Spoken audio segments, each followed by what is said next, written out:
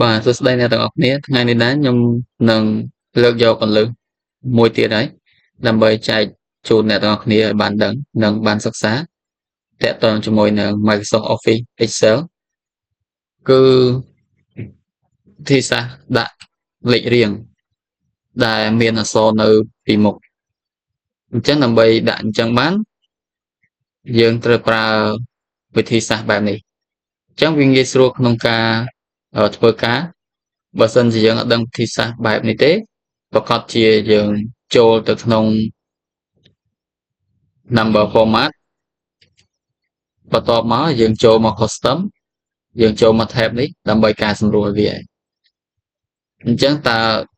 កែសម្រួលបែបម៉េចឧទាហរណ៍បើសិនជាបានប្រើវិធីសាស្ត្របែបនេះអញ្ចឹងខ្ញុំនិយាយពី day មួយចុះអញ្ចឹងដើម្បីបាន day យើងត្រូវទៅសេវា1 2និង3តមកអស់វាទាំង3ចូលមកកន្លែង format ហើយចូលមក custom លុបកន្លែង general នេះយើងទៅសេ day អញ្ចឹងនៅក្នុងការសរសេរ day នេះយើងមិនសរសេរផ្ទាល់ទេឲ្យទៅតាក់ទងជាមួយអក្សរគឺយើងសរសេរវានៅក្នុងមីងក្តាប់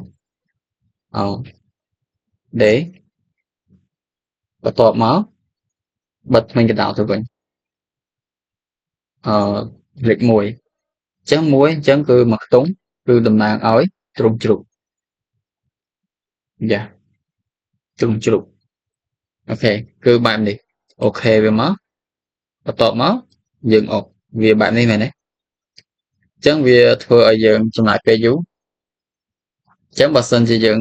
ចេះពីកន្លែងនេះវិញគឺវាមានភាពងាយស្រួលហើយយើងអាចដូរបាននៅក្នុងថ្មីកដោនេះយើងអាចដូរវាទៅជា day ទៅជា year ទៅជា ID ឬក៏ person ឬក៏អ្វីមួយដែលយើងចង់បានអញ្ចឹងពេលដែលយើងរៀបចំវាទៅគឺវានឹងចាប់ដើមចេញពីលេខ1រហូតទៅដល់លេខបន្តទៀតឲ្យតែយើងអុកគឺវាចេញមកទៀតហើយអញ្ចឹងឧទាហរណ៍នៅក្នុងវិធីសាស្ត្របែបនេះវិញអញ្ចឹងខ្ញុំដាក់ស្មើបន្ទាប់មកខ្ញុំបើកមីងកដោហើយខ្ញុំសេ day ចូលហើយបិទមីងកដោទៅវិញហើយយើងប្រើនឹងបន្តមកទៀតចង់ឲ្យវាទៅជាជូឈរ row បន្ទាប់មកទៀតយើងបិទហើយនឹងបើកបិទមីងកដោមក enter វាចេញទម្រង់បែបនេះបន្ទាប់មកយើងអូសវាមកអញ្ចឹងនៅក្នុងវិធីសាស្ត្រនេះងាយស្រួលឧទាហរណ៍ថាយើងចង់បាន year អញ្ចឹងបាន year យើងបដូរវាទៅជា year ឬក៏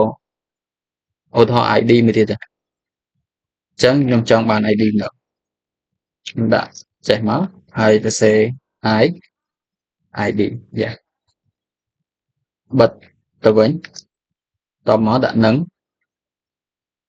ហើយ0ចូលបើកហើយនឹងបិទ enter អញ្ចឹងវាចេញ ID 1ហើយយើងចាប់អូសវាមកនោះវានឹងចេញអញ្ចឹងនៅក្នុង